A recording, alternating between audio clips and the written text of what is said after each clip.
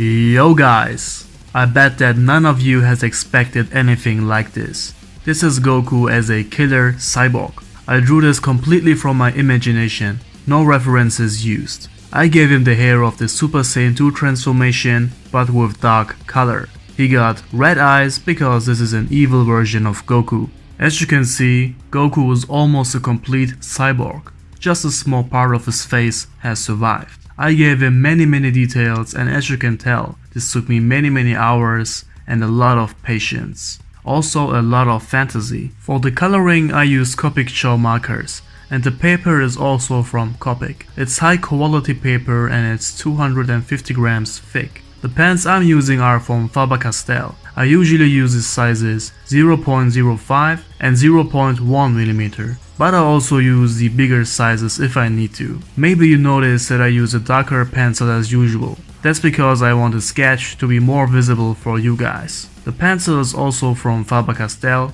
2B. I did a lot of sketches first. I thought a lot of how the end result should look like. I really don't know where this idea of Cyborg Goku came from, but I really wanted to do it and I'm really happy that I did.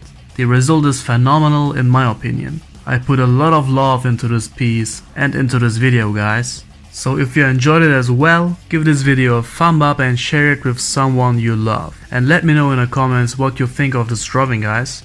Would you like to see more drawings which are created by my imagination? If so, write that down below. I also want to reach 500 and 1000 subscribers by the end of the year. So support me and help me to reach this goal guys. Subscribe if you are new. That's it for today.